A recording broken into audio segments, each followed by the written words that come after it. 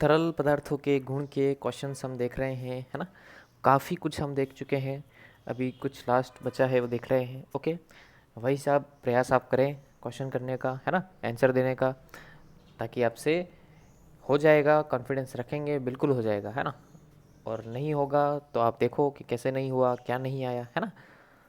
शुरू करें। देखो साहब, किसी साबुन के बुलबुले में दाब की अधिकता दूसरे बुलबुले की तुलना में 4 गुनी है ना।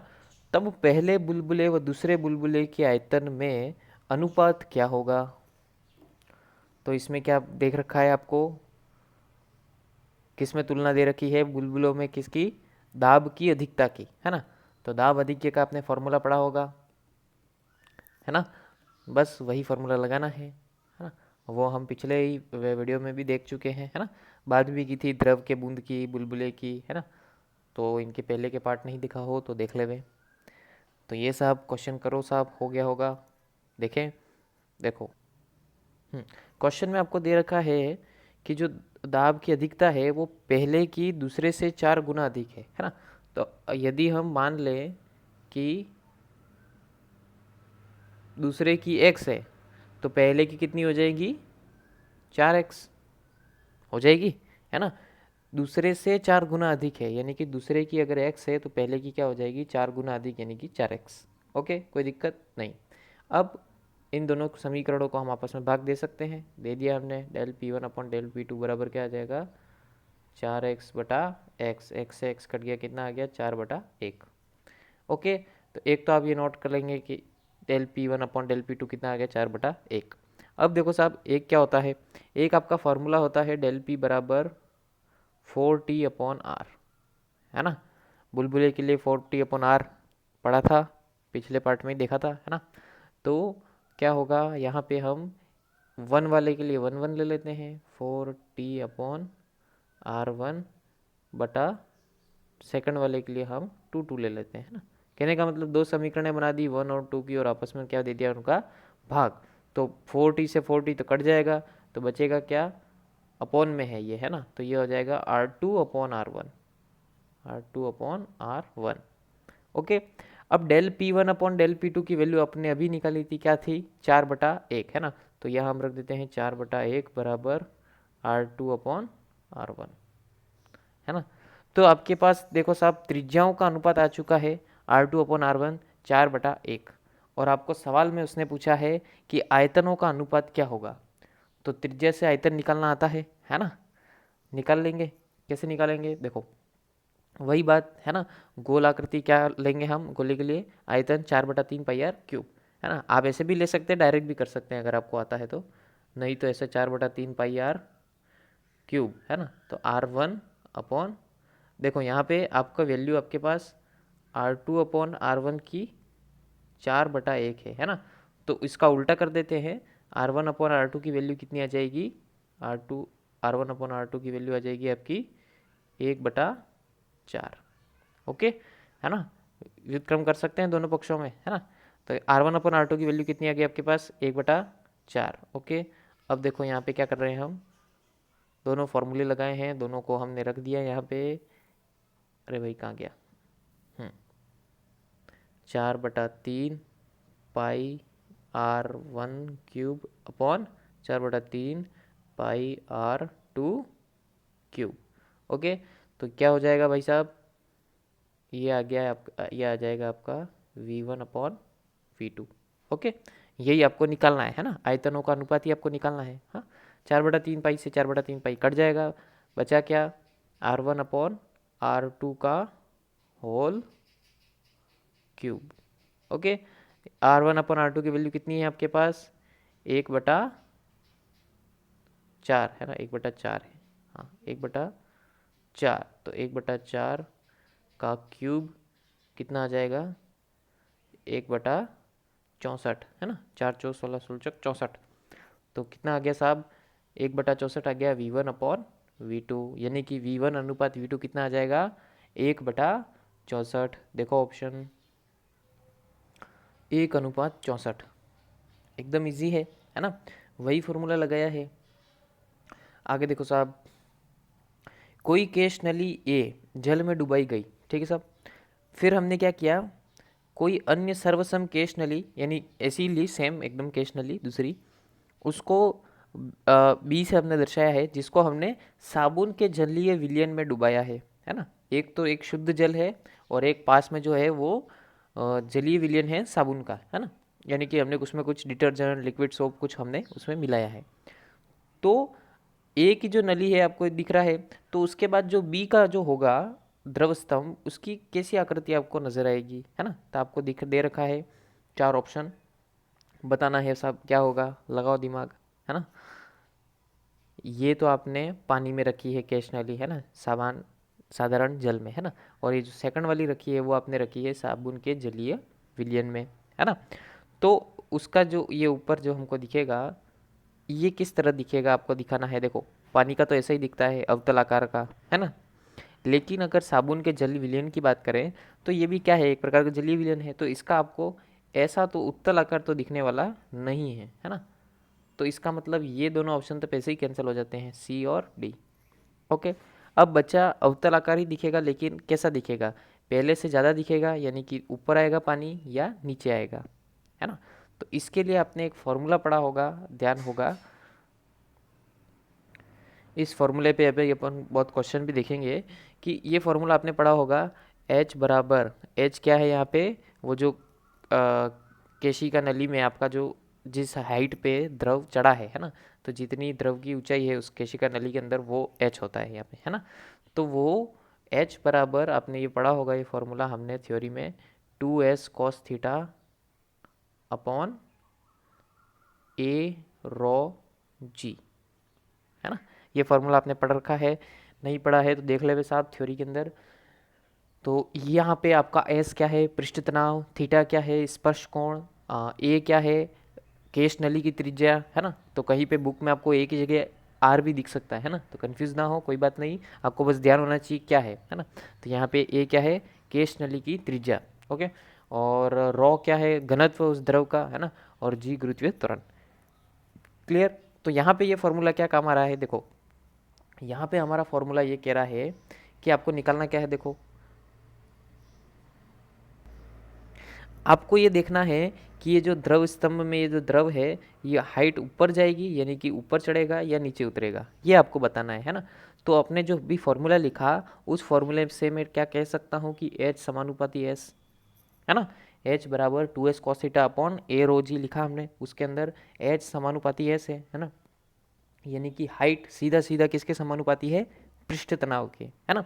और इसके ऊपर हम बात भी कर चुके हैं, एक्सपेरिमेंट भी देख चुके हैं।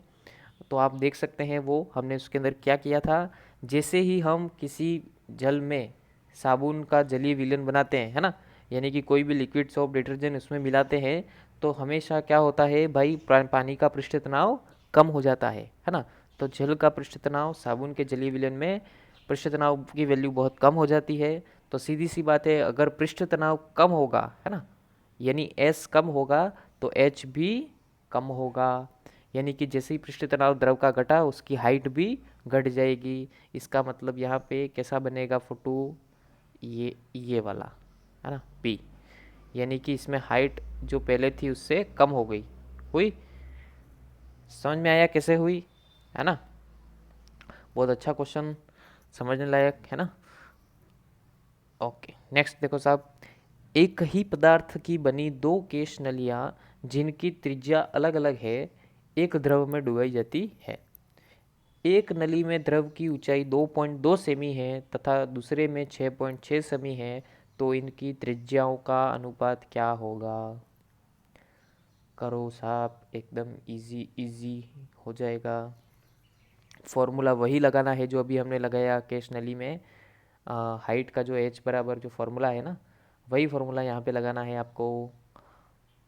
बस यहाँ पे आपको थोड़ा सा दिमाग लगाना है, त्रिज्याओं का अनुपात निकालना है ना।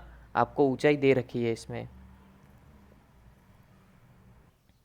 देखो फॉर्मूला आपका वही एच बराबर 2s कॉस थीटा अपॉन ए रो जी, ओके। आपके यहाँ पे क्या पूछा है, त्रिज्याओं का अनुपात, यानी कि आपको क्या चाहिए, ए की वैल्यू चाहिए, है ना। तो हम ए का फॉर्मूला निकाल देते हैं, ए बराबर 2s cos theta upon h rho g. Clear. अब यहाँ पे साहब आप देखो, एक तो आप डायरेक्टली कर सकते हो कि ए किसके समानुपाती आ रहा है, 1/h के, है ना। तो ए समानुपाती किसके आ रहा है, 1/h के। तो या तो आप सीधा 1 1 वाली समीकरणें बनाओ, है ना, यानी कि A1 बराबर ये सब 1 1 लेके, है ना, समीकरण 1, फिर 2 2 लेके समीकरण 2, है ना, फिर उन दोनों को आपस में भाग दोगे, है ना। तो H1 के अलावा देखो रो वही रहेगा, जी वही रहेगा, एस वही रहेगा, कॉस थीटा वही रहेगा, है ना, सब वही रहेगा क्योंकि सेम है ना। तो यहाँ पे सब कट जाएगा और बचेगा क्या, तो बचेगा आपका सीधा सीधा ये बचेगा A1/A2 बराबर, ये व्युत्क्रमानुपाती है ना, इसलिए H2 ऊपर आ जाएगा और H1 नीचे आ जाएगा। तो सीधा सीधा आपको आंसर ये मिल जाएगा, आपको रिलेशन A1/A2 बराबर H2/H1। क्लियर है। अब आपको H2 और H1 की वैल्यू दे रखी है तो रखो। तो A1/A2 बराबर H2/H1, H2 की वैल्यू 6.6 और H1 की वैल्यू 2.2 दे रखी है। काट दो, कट जाएगा, कितना आ जाएगा, सीधा सीधा कट गया ये तो 22×3=66, है ना। तो 3/1, तो कितना आ गया अनुपात, 3:1। देखो ऑप्शन 3:1। इजी एकदम, कर सकते हैं, है ना। फॉर्मूला वही है, थोड़ा बहुत आगे पीछे कुछ ना कुछ थोड़ा नया करना होता है ना, इतना तो दिमाग हमको लगाना ही है ना। देखो साहब, एक अच्छा क्वेश्चन है। यदि जल का पृष्ठ तनाव 0.06 N/मीटर तथा केश नली का व्यास 1 मिलीमीटर हो, तब केश नली में चढ़ने वाले जल की ऊंचाई होगी थीटा बराबर 0 डिग्री। ओके, करो, कुछ नहीं है, वही फॉर्मूला लगाना है ना, रिश्ता वही, सोच नहीं, फॉर्मूला वही, है ना, प्रोसेस लगभग थोड़ा वही रहेगा। आपको थोड़ा सा मात्रकों का ध्यान देना है, बाकी सब हो जाएगा।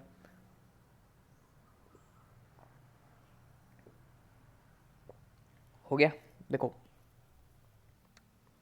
आप वीडियो को पॉज करके कृपया करके सवाल करने का प्रयास ज़रूर करें, है ना, केवल मनोरंजन के उद्देश्य से हमको नहीं देखना है। ओके। H बराबर 2s cos theta upon A rho g, formula याद हो गया सभी को, है ना। अब इसके अंदर क्या करना है साहब, देखो कॉस कितना 0, है ना, तो H बराबर 2s cos 0। कॉस 0 की वैल्यू कितनी होती है साहब, ट्रिग्नोमेट्री में पढ़ा होगा आपने, है ना, कितनी होती है, डायरेक्ट 1, है ना। तो H बराबर 2s/A/ρg, है ना। और आपको कहीं नहीं दे रखा हो तो भी हम क्या करते हैं, सीधा थीटा 0 लेके cos 0 और वैल्यू आ गई 1, और फॉर्मूला हम डायरेक्ट काम में ले लेते हैं, H बराबर 2s/A/ρg। ओके, तो आपको ध्यान रखना है, कभी कभी हम डायरेक्ट फॉर्मूला H बराबर 2s/A/ρg भी ले सकते हैं, कोई दिक्कत नहीं। ओके। अब देखो साहब, यहाँ पे आप क्या करना है, आपको क्या निकालना है, एच की ही वैल्यू निकालनी है, तो रख दो वैल्यू इसके अंदर सारी। देखो क्या करते हैं, एच बराबर 2s, है ना, तो 2s कितना है 0.06 अपॉन कितना दे रखा है साहब, ए निकालना है। तो ए रो जी, ए क्या है, त्रिज्या, है ना, त्रिज्या कितनी दे रखी है 0.5 mm, तो 0.5 mm को हमने बदल दिया मीटर में। मीटर में बदलने के लिए क्या करते हैं, 10⁻³ का गुणा, है ना, इंटू रॉ कितना लेते हैं भाई साहब, 10⁻3। सभी को पता है, कई बार ले चुके हैं, जल के लिए हम क्या लेते हैं, रॉ की वैल्यू 10⁻3, ओके, और जी की वैल्यू 10। ओके, सभी को पता है, कोई दिक्कत नहीं है ना। अब यहाँ पे आपका 10⁻³ 10⁻+3 तो कट गया, है ना, और क्या बचा देखो, ये आ गया 0.06 गुणा हो गया 0.12, है ना, बटा 0.5 इंटू ये 10⁻, ऊपर चला जाएगा तो ये हो जाएगा 10⁻⁻1, है ना। तो ये आप भाग दोगे तो ये आ जाएगा 0.24, है ना, और 0.24 और 10⁻⁻1 है तो वो एक पॉइंट और खिसक जाएगा और ये आ जाएगा 0.024 मीटर। ओके, अब ये आया आपका मीटर में, पर आपका ऑप्शन में शायद आपको किस में दे रखा है, सेमी में, है ना, तो सेमी में कन्वर्ट कर देते हैं, कोई दिक्कत नहीं है। मीटर को सेमी बदलने के लिए क्या करते हैं, 100 का गुणा, है ना, तो 100 का गुणा, इसका मतलब 2 पॉइंट खिसक के इधर आ जाएगा, यानी आ जाएगा वो 2.4। तो आंसर देखो साहब, ऑप्शन 2.4, यानी कि 2.4, ये 2.4 सेमी। ओके, क्लियर, कर लेंगे, एकदम इजी, है ना। एक क्वेश्चन और देख लो साहब इस पे, ताकि आपको एकदम क्लियर हो जाएगा। किसी केश नली को जल में डुबोने पर जल 0.015 मीटर की ऊंचाई तक चढ़ता है। यदि जल का पृष्ठ तनाव दे रखा है आपको, तब केश नली की त्रिज्या होगी। अब इसके अंदर आपको त्रिज्या निकालनी है ना। फॉर्मूले में कुछ ना कुछ ये गायब कर देंगे, कुछ ना कुछ आपको दे देंगे, आपको एक ने किसी एक की वैल्यू निकालनी होती है ना। तो करो साहब, इजीली हो जाएगा। H बराबर 2s अपॉन ए रॉ जी। ओके, तो H बराबर, अच्छा H नहीं, अपने को A निकालना है, तो हम ये सीधा यहाँ पे हमको त्रिज्या निकालनी है ना, तो A को हम इधर ले आते हैं। A बराबर 2s अपॉन H रॉ जी। क्लियर, कोई दिक्कत? अब देखो क्या करेंगे, 2s है ना, यानी कि 2 इंटू पृष्ठ तनाव कितना, 75 इंटू 10⁻³ दे रखा है ना। अपॉन में कितना लेंगे साहब, आपको ए कितना दे रखा है, 0.015। ओके, इंटू रो वही 10⁻³ और जी की वैल्यू 10। बस हो गया है ना।